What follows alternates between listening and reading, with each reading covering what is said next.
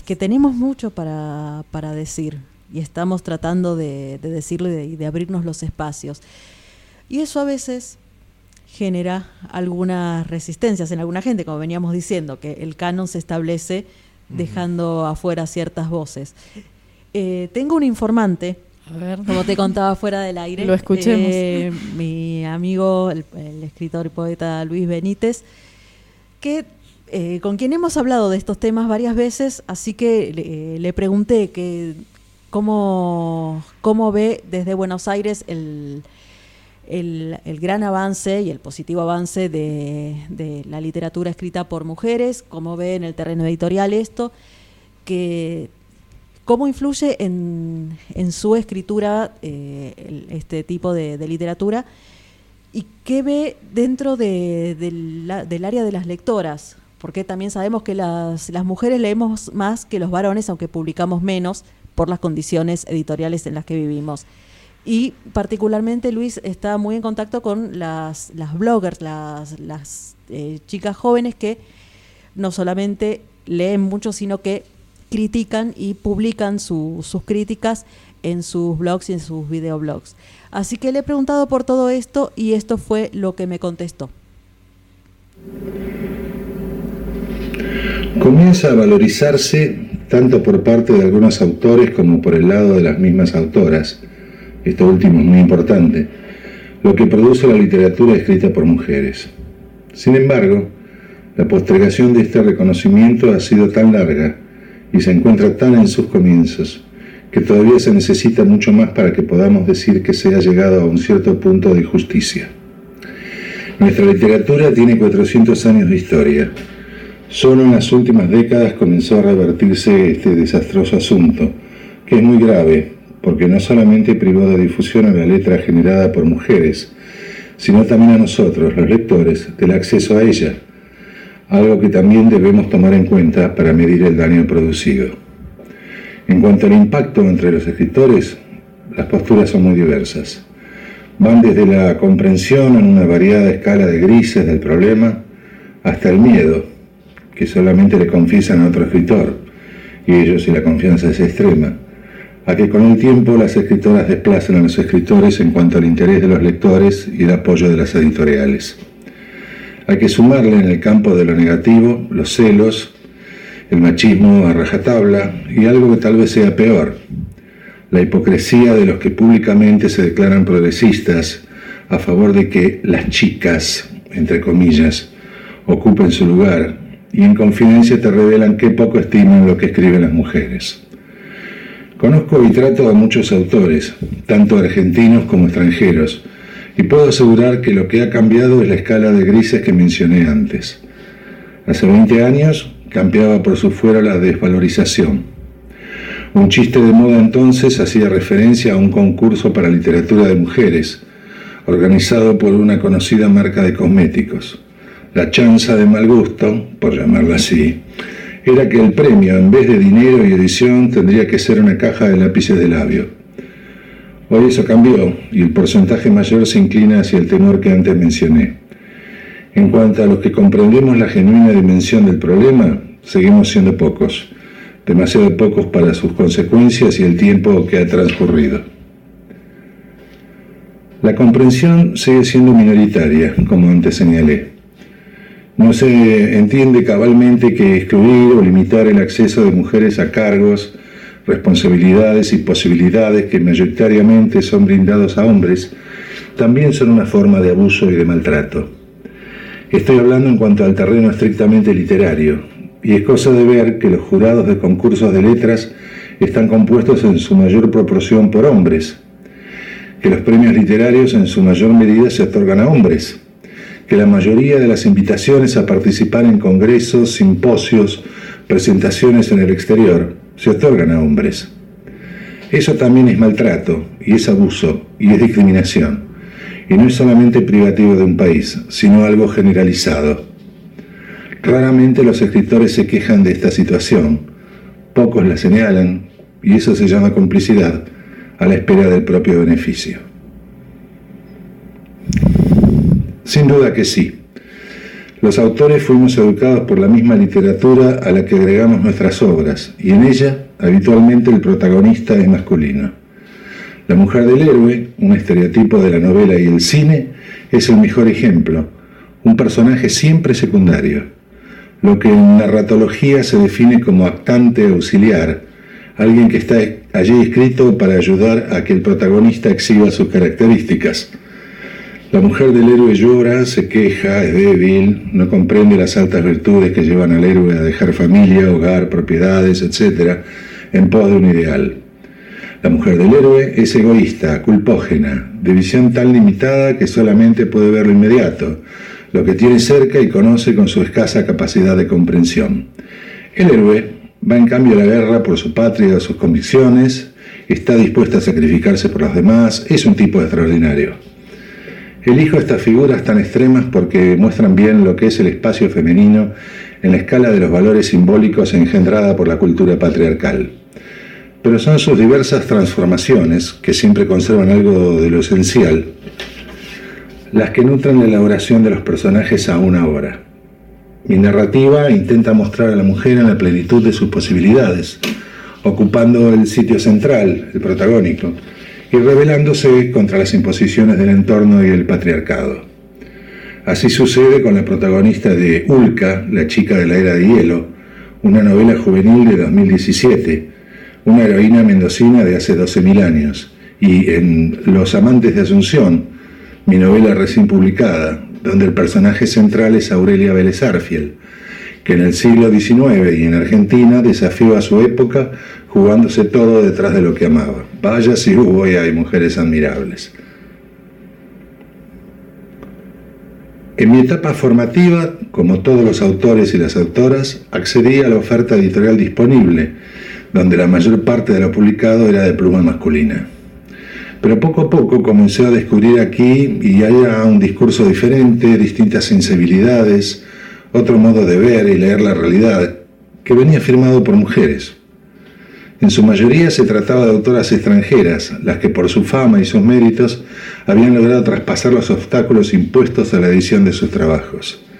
En poesía comenzaron a influirme Emily Dickinson, Delmira Agostini, Marianne Moore, Elizabeth Bishop, por ejemplo, y en prosa Carson McCullers, Virginia Woolf, Mary Shelley, Emily Bronte, Doris Lessing, Nadine Gordimer, Alice Munro, Clarice Lispector.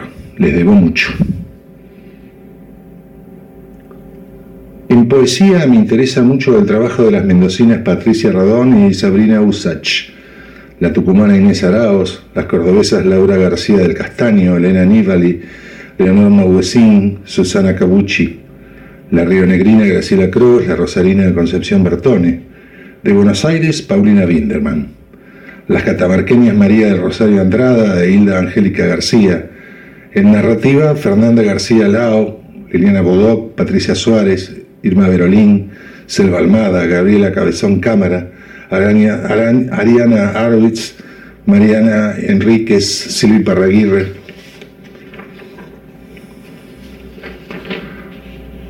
Las bloggers, en líneas generales, aunque muchas de ellas son lectoras todavía en formación, tienen un agudo sentido del olfato para descubrir fallas estructurales, altibajos en el desarrollo de la acción, errores en la construcción de los personajes, etc. Y lo más importante es que se animan a decirlo sin pruritos, lo que para el autor es oro en polvo, porque en la medida que sepa aceptar críticas, y un autor profesional debe estar preparado para ello, le servirá mucho más que cualquier palmada en el hombro. De manera semejante, cuando las bloggers aprecian las calidades de una escritura, no dudan en remarcarlo, y ello argumentando claramente cómo y por qué les ha gustado un estilo, una manera de narrar o de escribir poesía. Son francas y directas, no temen quedar mal con nadie. Eso es un gran avance en referencia a otras maneras, anteriores, de manejarse con los textos ajenos, cuando mediaban en los juicios otras consideraciones extraliterarias. Algo definitivamente para celebrar. Bien, muchísimas gracias a Luis por este audio, por estos comentarios. Quiero escuchar todo lo que tiene Sabrina para opinar acerca de lo que acabamos de escuchar. Que mucho que habló igual. Sí. Bueno, a mí, primero me llamó como la atención un comentario que hizo que me parece como muy interesante, retomando un poco lo que te vengo diciendo de esto de las genealogías, que creo que en primer momento tenemos las mujeres y las disidencias, tenemos que plantearnos, y no lo digo yo, lo dice Virginia Woolf en 1929, una biblioteca. Virginia Woolf dice que la posibilidad de rebelarnos es de desobedecer la biblioteca del padre. Una mujer que no pudo acceder a la universidad porque su padre no la dejó ir, digamos, y todo el peso patriarcal sobre la universidad. Eso me parece fundamental, poner en discusión una biblioteca, reconstruir las autoras que están, los textos que están, que son muchísimos, que cuando te empezás a meter, empezás a ver ese entramado colectivo que yo te decía, que lees a una y la vinculación que tenía con otra, y los textos, y pensar en las necesidades que tenemos las mujeres y las disidencias en cuanto a una biblioteca, esto que planteaba él de los personajes, de qué personajes hemos sido las mujeres en la literatura, y me acordé mucho de lo que plantea Virginia Woolf en Un cuarto propio, en la última parte, que ella habla de una novelista que ella se inventa, ficcional, que es Mary Carmichael, que es lesbiana, y dice, pero lo molesto no es que ella le gusten las mujeres, porque eso pasa, dice, a veces a las mujeres les gustan las otras mujeres, pero no es tan importante. Lo importante, lo molesto era que ella trabajaba con otras mujeres, producía con otras mujeres, producía pensamiento con otras mujeres. Entonces ahí me parece que hay una clave, como que hay una preocupación muy grande de a ver quién escribe literatura feminista y qué tan feminista es mi literatura, mi poesía, y cuáles son los rasgos constitutivos del deber ser de la literatura feminista. Y para mí primero la preocupación es armar una biblioteca, y de ahí partir y empezar a usar metodologías feministas para no replicar lo que tanto daño ya nos ha hecho, que es el patriarcado, digamos.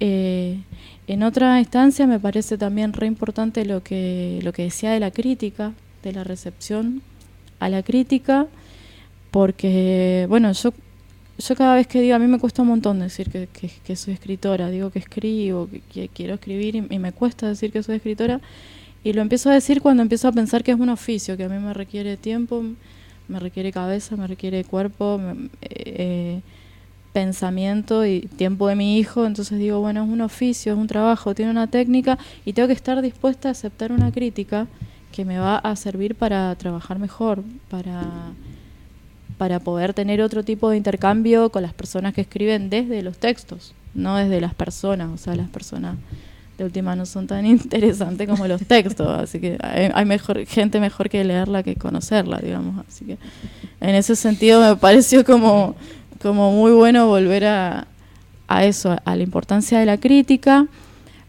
Y y la tercera cosa que quería decir, de lo que dijo acá el caballero, era que para mí también hay una diferencia muy grande con esto que te decía de pensar la cosa interseccionalmente, de lo que pasa en Buenos Aires y lo que pasa en Mendoza, donde no hay editoriales, donde no hay industria editorial, donde los textos circulan de maneras muy precarias. Si podés editar es de manera muy precaria. Uh-huh. Tenemos la realidad de los fanzine. En un festival en Buenos Aires me decían la era del fanzine, y digo, claro, si acá tienen un montón de editoriales, pero nosotros no. Entonces el fanzine, nunca se fue, y está como estética, está como política.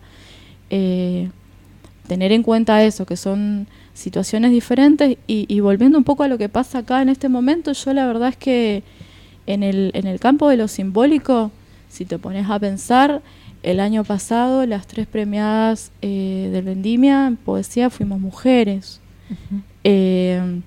Las lecturas, somos más mujeres y más disidencias. Las plaquettes, los libros, los fanzines que van saliendo, hay mucho trabajo de mujeres y de disidencias, y está bueno tener la noción de que eso está sucediendo, porque eso te habilita a otras discusiones. Lo que charlamos mucho con las chicas del foro es esto, ocupar los espacios, pero ¿cómo? ¿Con qué lógica? con qué metodología, qué discusiones tenemos hacia adentro, qué es contrahegemonía, porque contrahegemonía es generar espacios autónomos para tener una posibilidad económica multicultural, política, micropolítica, y que considere la pluralidad de voces. Entonces ahí podemos hablar de contrahegemonía, de oponer lo que nosotros estamos haciendo con lo que estamos criticando. Bien. ¿Qué es lo que falta para esta construcción? Vos hablabas un poco acerca de este concepto de biblioteca. Sí. Es un concepto que se va construyendo también y obviamente la biblioteca se va armando de a poco. ¿Qué es lo que falta, digamos, para poder consolidar esta biblioteca feminista? Ay, me mataste. Leer. Pero no, yo lo que creo es como... También tiene que ver como cada cual entienda la lectura y la escritura. Yo te puedo hablar de cómo ha sido para mí. Yo soy una persona que no soy académica, soy técnica agropecuaria yo. Ajá. Hice un profesorado de lengua muy a los ponchazos en un IES, en Alvear, con un hijo. Entonces la forma autodidacta fue una manera que se adaptó a mis condiciones materiales, a mis necesidades y a mis deseos también, porque después fue una decisión política que fui sosteniendo con el tiempo, y siempre me funcionó esto de tener grupos de afinidades de personas con las que yo puedo leer, escribir, criticarme.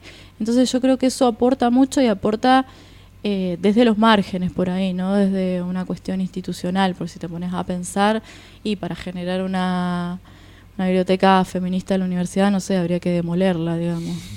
Claro. No se me ocurre otra manera. Hay como cierta insistencia en los últimos programas en que sí, algo hay que hacer, por lo menos con la Facultad de Filosofía y Letras. Sí. Así como está, parece que se está volviendo insostenible. Sí, bueno, en ese sentido igual hay como diferencias, digamos, desde el dónde y el cómo, ¿no? No creo que todas las personas lo pensemos igual y lo llevemos a la práctica igual. Bien. Confío en que se va a caer. Eso también se tiene que caer. Destruyéndolo, digamos. Bueno, vamos a hacer nuestro aporte. ¿Escuchamos un poquitito de música? ¿Puede ser? ¡Vamos!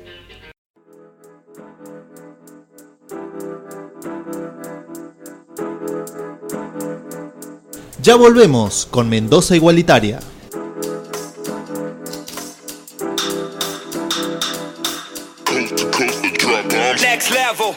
Escuchanos por fmagora.com.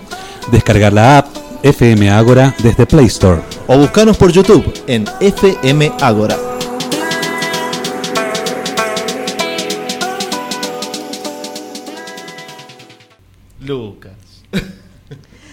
Lucas, bonito, ¿dónde estás? ¿Con quién te fuiste? ¿Qué pasó? Una bananita pisada, Lucas. Bueno, ¿a quién no le ha pasado, no? De enamorarse de un Lucas y que se enamoró de otra gente, ¿qué va a hacer? Claro. Hay que respetar cosas que suceden. ¿A quién mandamos saludos? A Pablo Grasso le quería mandar un saludo, sí. Un abrazo muy grande. Bien. Decíamos, hablando de disidencias, de la gente que no entra en el canon ni literario ni de la heteronorma. Claro. O sea, venimos cayéndonos de absolutamente de todos los marcos. ¿Cómo se está inscribiendo la disidencia en la literatura en Mendoza hoy? Mira, yo soy media partidaria de no hablar por todos, todas y todes. Sí me pasa de estar conociendo mucha gente que está escribiendo y también están como armando un poco su recorrido. Hoy justo leía una traba chilena que decía, mi genealogía dice, yo soy hija de obreras, analfabetas, y yo soy traba.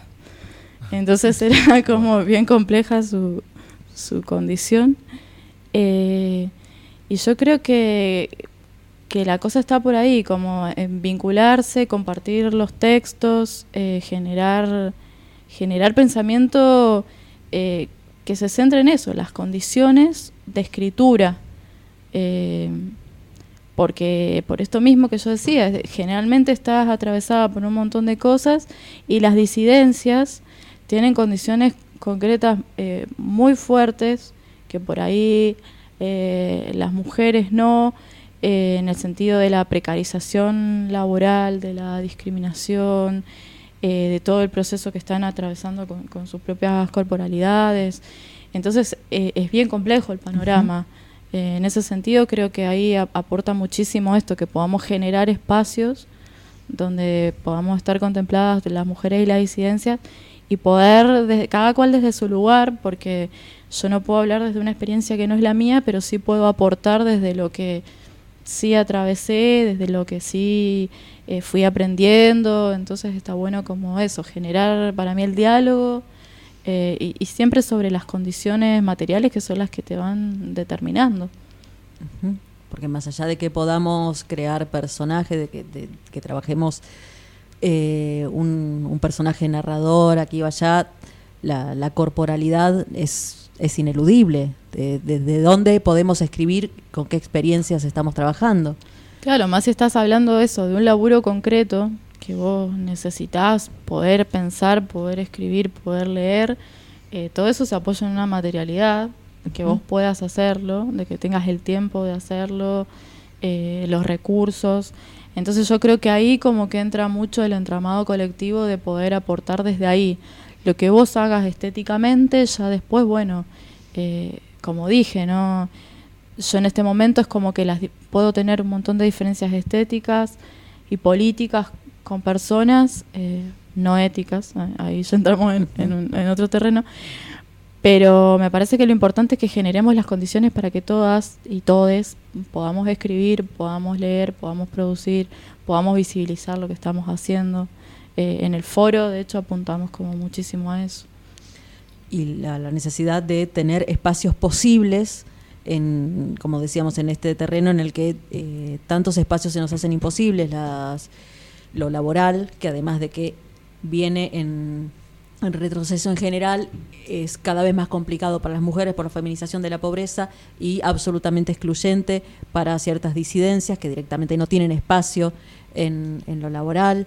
Digo, pensando esto en el marco del día que acaba de terminar, 28 de junio, Día del Orgullo a nivel internacional, aunque en Mendoza prácticamente no se ha hecho nada, y también tendríamos que preguntarnos qué nos pasó, que no se ha hecho prácticamente nada, porque en años anteriores algo pasaba. Sí, sí, alguna marchita, alguna concentración, y esta vez lo único que surgió fue una protesta muy mínima, porque éramos unas 50 personas, no más que eso, por el caso de Mariana Gómez, a quien le dieron una pena de 1 año de prisión en suspenso por besarse con su esposa. Sí. Era legal y todo.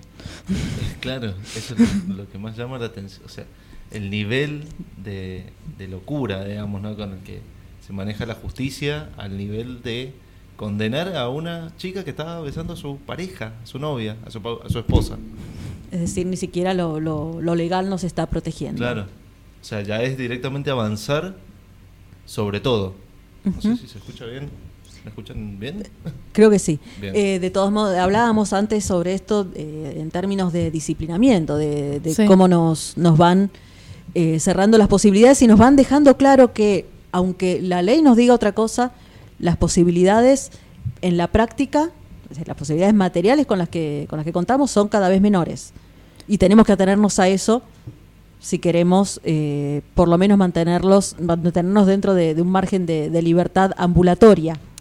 Pensando un poco también en la fecha en que fue, pensar eso, el nivel de violencia simbólica y esto que plantea Segato, la pedagogía de la crueldad, qué mensaje estás dando, qué día lo estás dando, hacia qué comunidad. Y de la manera que se fue la jueza cuando se despidió de la gente, también es muy... Se fue saludando así con la manito, muy estilo estrella, diva. Muy como estrella, Mirta, con una y sonrisa Sí. muy irónica. Entonces, sí, todo lo que está pasando, bueno, lo que hablábamos recién con él respecto del lenguaje inclusivo, todo lo que venga a que sea ruptura, digamos, en este momento de esta sociedad pacata es todo un tema. De hecho, usaste lenguaje inclusivo, así que te tenemos que pedir que te vayas del programa porque Me tengo que retirar. Hay un patrullero en la puerta. Porque esos escándalos, claro, un retiro preventivo tenemos que hacer, que pedirte que hagas. Retiro Por desfachatada. Te invitamos al retiro voluntario. Bueno, habrás vivido muchas de estas situaciones en las que o te invitan a retirarte o directamente no te permiten ni siquiera entrar en Alvear. Sí, en Mendoza también, pero sí, en Alvear ¿cómo se hace en Alvear, digamos? es un tema porque en realidad, por ejemplo, Alvear, la policía mata a 2 chicos o 3 por año. Es una cifra bastante grande para un pueblo de 40.000 habitantes. Las marchas por la familia y por la vida juntan 8.000 personas en la plaza. El sur tiene un adoctrinamiento religioso muy importante. Sí, todo el sur de Mendoza, de hecho es de los únicos, es el único lugar en Latinoamérica donde todavía queda el Verbo encarnado, que es una diócesis que está bastante de lo peorcito que tiene, multada dentro de lo que es la religión católica. Así que hay como una presencia muy grande y una presencia muy grande en las instituciones, porque los IES donde nos formamos, donde hacemos los profesorados, la mayoría son bancados de ahí, con profesionales que han estudiado en los institutos de la gente del Verbo encarnado. Entonces se filtra en todos lados, se filtra los mismos médicos que están en el hospital, vienen de ese palo. Entonces es como que no podés escapar de la iglesia faltando a misa, digamos, no, está en todas partes. De hecho, el año pasado en una escuela sucedió que directamente ingresaron e impidieron que se diera una clase de educación sexual. Sí, hay muchos grupos, sí, hay de esos grupos. Bueno, ahí en el prólogo de la antología del aborto menciono 2 casos. El de esta chica que tuvo un parto en el baño de su casa y apuñaló al bebé, con la que hubo toda una campaña así, bueno, de mostrar la foto de ella, bueno, de intento de linchamiento. Y después pasó en Salto de las Rosas, que es un pueblo que está entre San Rafael y Alvear, de una bebé boliviana que se murió porque no la quisieron atender en la sala. Entonces es como que conviven todas estas cosas de, bueno, la protección al embarazo y a ese bebé, y después dejas morir a una bebé porque es migrante. Así que es bastante complejo. Y yo siempre lo pienso también desde el lado de las iglesias evangélicas. Yo trabajé mucho en merenderos, en Alvear, y vas viendo la territorialidad que va adquiriendo la iglesia evangélica, que se engancha mucho en esto de que hagamos la apostasía, pero porque ellos lo entienden desde agua para su molino. Y que tiene que ver muchísimo con las formas políticas que está adquiriendo América Latina, Sudamérica. Pensamos en Bolsonaro, o en esto que planteó Verónica Gago cuando vino a presentar Vivas, Libres y Desendeudadas Nos Queremos, el tema de la moralización de la deuda, que tiene que ver mucho con la iglesia evangélica, así que es que complejo. si no existiera la iglesia evangélica no se entendería, por ejemplo, una Amalia Granata. Claro. Gente como ella, digo, como sí, ella, como ese ¿cómo tipo se llama de la otra movimientos. estúpida del vaso? Gisela Barreto. Gisela Barreto, Nicole Neumann. Bueno, el mismo Alfredo Olmedo, que es el antecedente más inmediato, pero antes de él Cynthia Houghton, que tuvo su momento de gloria. ¿Te acordás de Cynthia allá por la Houghton? época de matrimonio igualitario? Y no nos Yo era olvidemos muy joven. de Alonso. Bonarrico, el pastor Bonarrico en la provincia de Mendoza, que ya está en la Cámara de Senadores. Claro. A ese nivel también, que es un pastor que un día se le apareció, tuvo una iluminación y ya se consideró pastor. Uno lee lo que es su biografía, que está publicada. Licenciado en Divinidades. En por eso es doctor. Por eso se presenta como doctor, porque el doctor es divinidad. Pero habrá hecho el doctorado en Honoris divinidades. causa celestial tiene. ¿Por qué no nos invitaron a ese Podría acto? ser Yo no me celestial, enteré. podría ser del Olimpo, porque dice divinidades. Claro, Ah, la es más parte es amplio. muy loco. No dice cuáles. Uno entra a su página y ve la biografía y dice, él estaba un domingo en su casa y se le apareció una presencia y ya desde entonces él tuvo como la la fe de que... Claro. También se le dice esquizofrenia, pero... Sin querer. O consumo problemático también. Ni el delivery de la pizza el domingo, Claro, y a este señor le aparece una divinidad. No, ¿Nunca se te apareció un Cristo en una tostada vos? Claro que no, porque sos judía. ¿Cómo se te va a aparecer? Porque sabe que no aporto ese gremio. ¿Cómo se hace resistencia en este sur? Contexto? Claro. Y ustedes me piden las respuestas a mí, a todo esto. Tenemos el prejuicio de que como sos del sur tenés todas las respuestas. Tengo del que sur. saberlo. Tengo la sabiduría del sur. Después te preguntamos si Ya para ya hacer vamos bien el a hablar de amor la hay que ir al sabiduría sur, del como sur. dice Bien, Rafaela. bien. Sí, Eso es el se próximo les puedo tema. contar. Eso es ¿Con método? Billy. método. Ay, Claro, no la sé. anticoncepción, sí. Billy, sí. Por eso somos tantos en el sur. Claro, y nosotros, bueno, estando allá, yo estuve trabajando mucho tiempo con un colectivo autogestivo que funcionó varios años, y la manera de resistir, y era complicado porque teniendo todas estas condiciones concretas, está bien, nosotros tampoco es que estábamos armando molotov en el baño de la casa, no éramos gente muy peligrosa, pero sí hay todo un disciplinamiento social. Yo por eso cuando se habla de disidencias, más allá del proceso de identidad y de sexualidad de todas las personas, es muy difícil, viniendo de lugares muy chicos, ser como uno es y como uno quiere ser. Me acuerdo, hicimos un festival antiautoritario en una plaza del barrio San Carlos, que es como el barrio más peligroso de Alvear, y aparecieron los patrulleros y empezaron, había un partido de fútbol así como muy denso en una cancha, y la policía estaba dando vueltas alrededor de nosotros, que estábamos leyendo poemas, y que estaba Luli Bertina, que fue la primera vez que tocó la Luli allá en Alvear, debutando en nuestro festival antirrepresivo. Además. Jovencísima, hace como 4 años fue.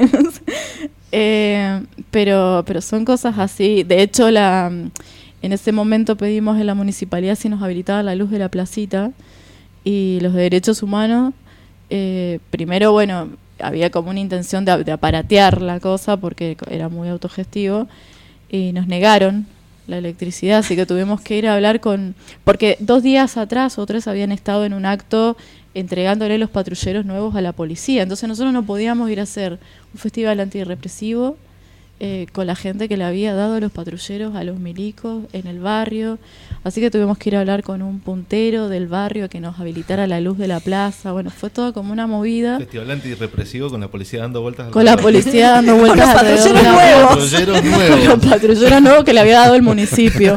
Dios mío.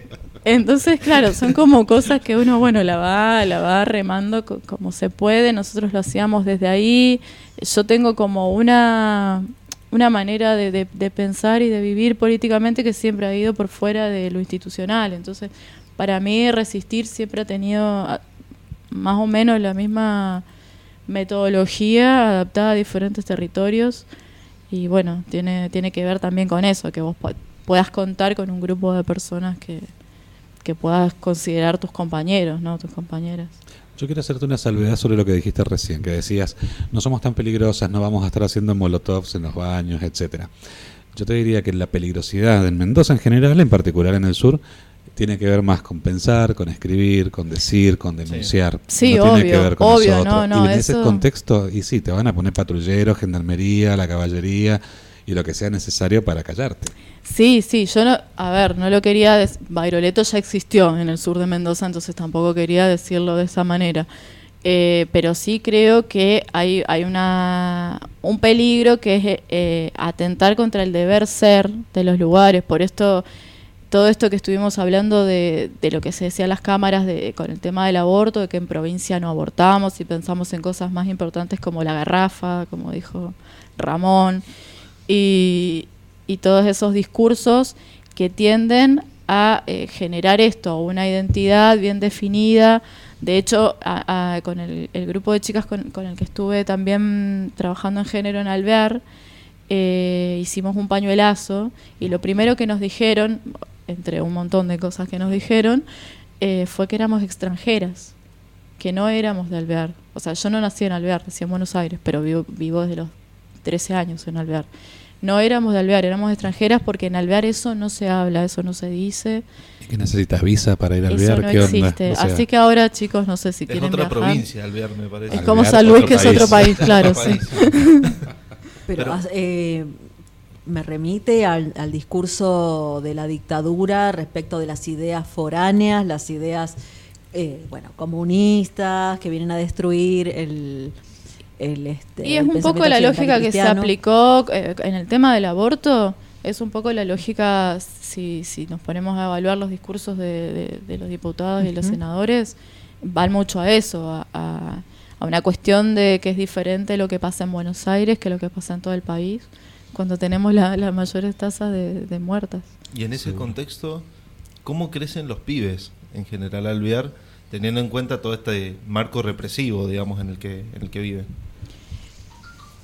Y sí, el tema, claro, tiene que ver también esto con la cuestión de clases, que por ahí siempre caigo ahí, pero para mí tiene que ver mucho. Era muy diferente los pibes con los que yo laburaba en un merendero, en el desvío de camiones, que las madres de todos habían sido prostitutas y habían armado merenderos, entonces ya el cruzar la calle para ir a la escuela te implicaba que te paren 3 veces por averiguación de antecedentes.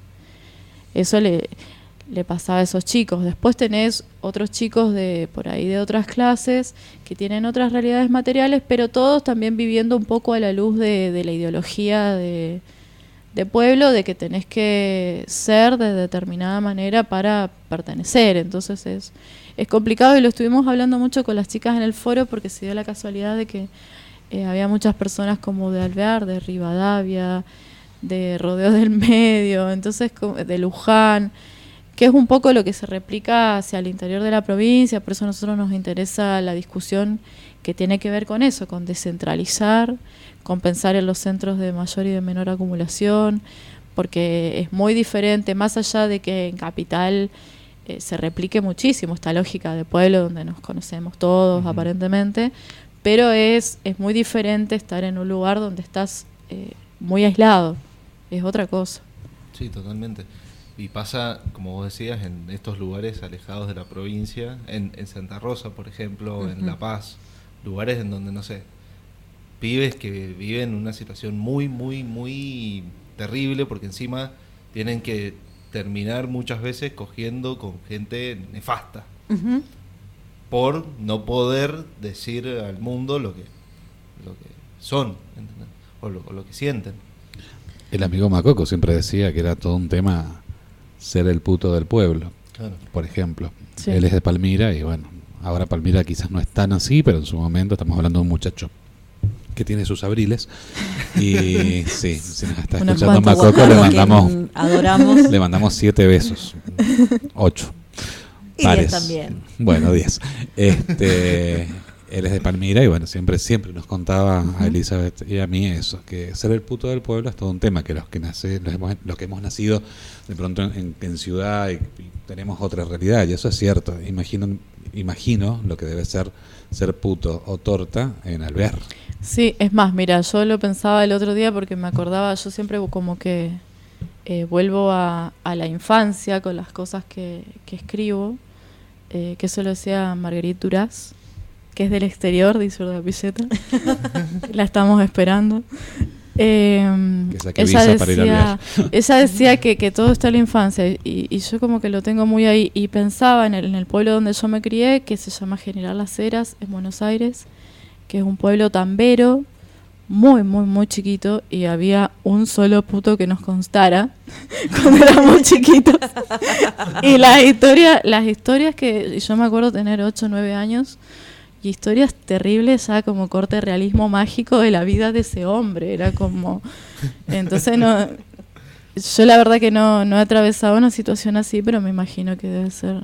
Claro, porque después empiezan los mitos alrededor Horrible. del puto del barrio, del pueblo. Y lo que debe vivir en el día a día, claro, sí. Y bueno, vos imagínate, nosotros vivíamos en el barrio de Sanidad cuando yo era chico, mi vieja y las madres de todos mis amigos no nos dejaban pasar por la casa, por la vereda de la casa de Fausto, que era puto, vivía Claro, con su madre, sí. que ni siquiera nadie tenía constancia de que Claro, era puto. sí, no, tampoco te Capaz que constaba, era un solterón que vivía con la madre nada más y tenía 2 caniches, o sea, digo, no es condición tener 2 caniches, ser soltero y vivir con la madre para ser puto, me parece.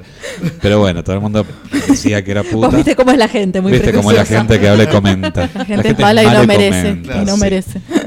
Y nos hacía cruzar, teníamos, me acuerdo, la farmacia del otro lado de la casa de Fausto, llegábamos a la esquina, nos hacía cruzar la calle por la vereda de enfrente, pasar la casa de Fausto y, y volver a cruzar a la farmacia y ese mismo recorrido de vuelta o dar la vuelta a manzana por el otro lado para no pisarle la vereda. O sea, imagínate Claro. Pero- ese tipo Que no se te pegara lo puto. que Claro. no se te pegara lo puto, ¿viste? Claro, porque lo puto... Los dos se te pegan. Se claro. te pega. Sí, después, Es así. después destiñe, ¿viste cómo es? la cosa? Es muy No se me feo. quita. Esta putez no se quita. No, ni por mucho que Ni por- refriegues. No, no. No, refregar nunca ayuda a que se quite nada. No, y aparte de cuando empezás a refregar, depende de lo que refriegues. es Reafirma. como- sí, Sí. es como la sal en la anilina, ¿viste? Te fija la tintura. Refregar fija. Y hablando de eso, Vamos a ir con... vamos a la última canción de la noche. Que a ver, nos encanta. Decime Estamos que es la que yo perfectamente- quiero. A Estamos ver, perfectamente ¿es la que queremos? en ¿Es la tema. que queremos? Estamos Claro ahí. que sí.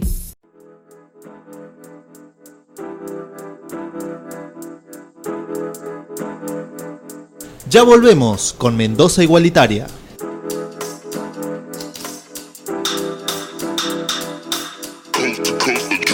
Next level. Escuchanos por fmagora.com Descargar la app FM Ágora desde Play Store. o buscanos por YouTube en FM Agora.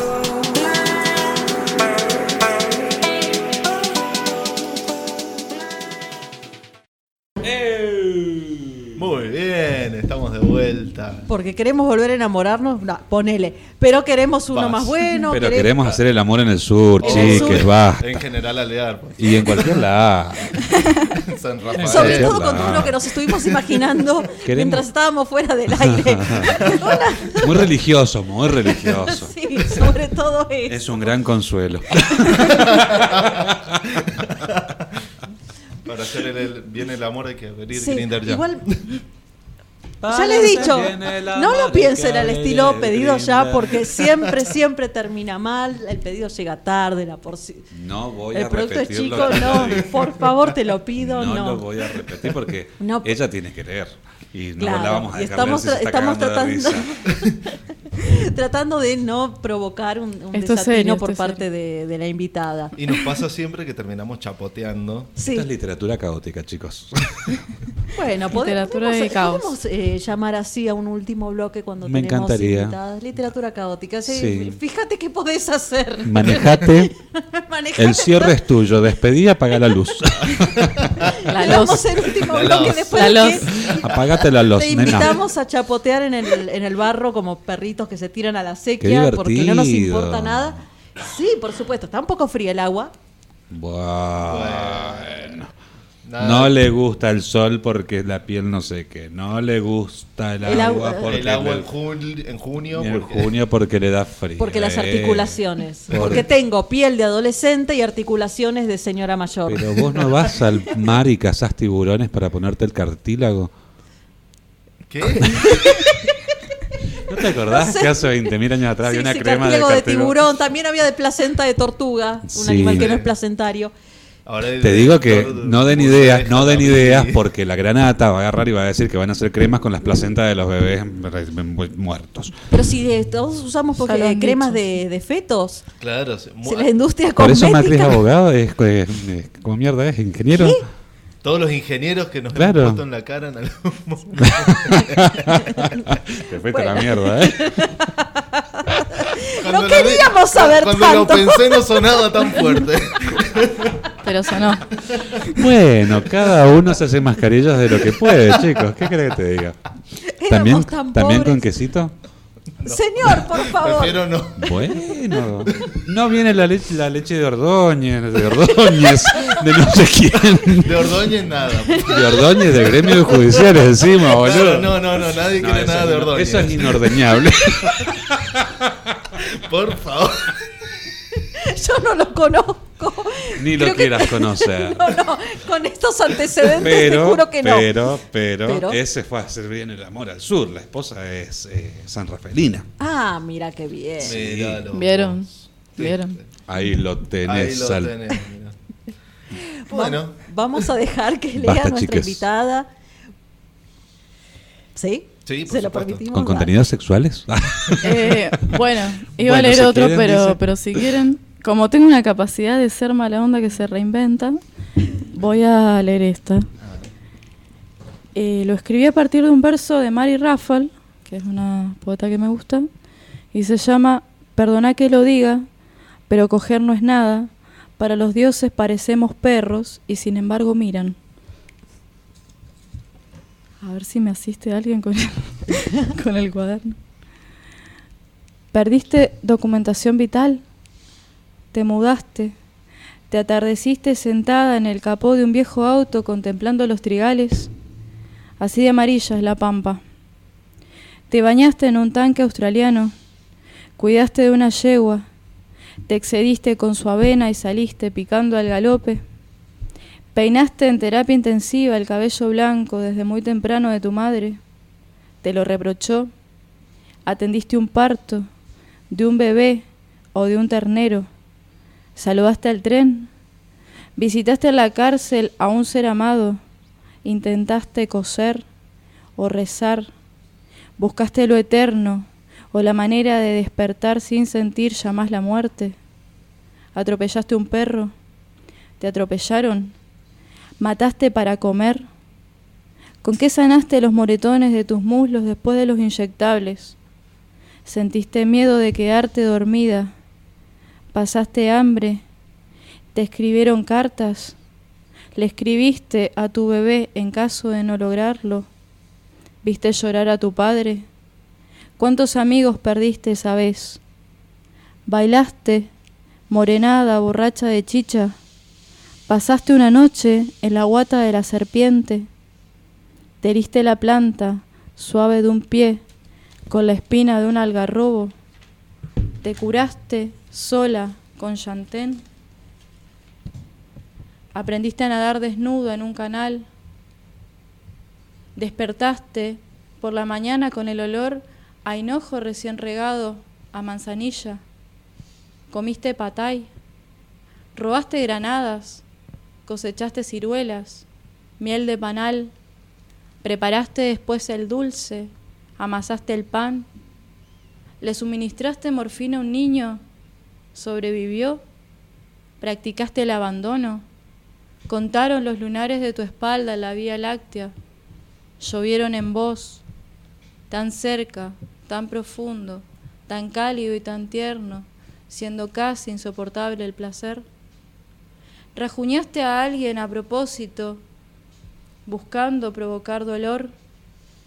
Él te cuidó en tu cautiverio, o cuando llegó la sangre, o cuando la sangre se fue, atravesaron un incendio, lo levantaste del suelo una y otra vez, guardaron juntos el sueño de tu hijo. ¿Fuiste para alguien un tema de amor? Un amor como el que pueda aparecer en los libros que lee o en los que escribe. ¿Has sentido en tu corazón la caída inexorable del otro como el desprendimiento de una rama que cae? ¿Caíste como de un barranco vos también? ¿Te pidieron que te quedases, aunque sea para vengarte? ¿Cultivaste un jardín? ¿Leíste a Victoria Woolf? ¿La entendiste? Construiste una casa, un cuarto propio, lo derribaste y comenzaste de nuevo hasta que como a todo lo destruya la hierba. Sacaste la basura, te burlaste del dolor y del horror. ¿Qué poema vas a estar escribiendo a la hora de tu muerte? Qué pena si fuese malo. Ay. Wow. Bueno, Necesito releerlo unas 15 o 60 veces. bueno, se los puedo dejar. Sí, obvio. Ay, qué belleza. ¿Qué te inspiró a escribirlo? Y un par de hechos. En realidad tiene que ver con mi experiencia y tiene que ver, es un poemario que escribí en estos últimos, del año pasado para acá, que tiene que ver mucho con mis lecturas y relecturas de poemas. Lo empecé con ese verso de Mary Raffel y lo seguí con la modalidad que tiene ella de las preguntas, pero bueno, hice preguntas mías. Ujú. Bien. Hermoso. Maravilloso. Hermoso. Wow, hemos quedado así como Sí, sí, sí. completamente relajados, así, Ay, bueno, movilizados, Relajados y movilizados a la vez. Interpelados. interpelados. Completamente. ¿Qué es lo que tiene que hacer un buen poema, supongo? Sí. No sirve para mucho la poesía porque no tiene un objetivo utilitario nunca, No. pero eso sí, el movilizarnos, el interpelarnos, sacudir algo que estaba demasiado quieto por demasiado tiempo. Bueno, muchas gracias. Muchísimas gracias a vos, Sabrina, por venir, por participar de este programa, por todo lo que nos aportaste. Esperamos tenerte nuevamente por aquí otro Ay. día. O sea, a mí me encantó, contrátenme.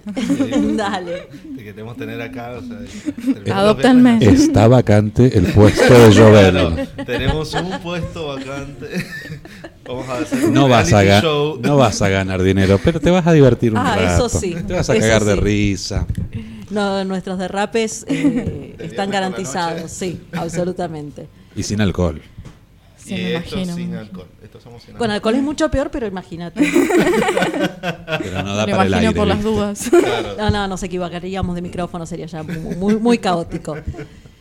Así que nos vamos despidiendo. Nos vamos. Que ir, sí, Nos sí. vamos, agradecemos a Alejil, nuestro Sugar Daddy, Nuestro por la sugar, operación, pam, por el pam, espacio. pam, pam, Oh, daddy, daddy. tan, tan, tan, tan. A FM Agora, como siempre. Gracias, Juan Estañoli, Seba Rodríguez. Gracias, Elizabeth Auster. Gracias, Elizabeth Auster. Y gracias, Sabrina Barrego, por venir, Gracias. por participar de este programa. Y nos encontramos el viernes que viene En otro programa más de Mendoza Igualitaria. Igualitaria.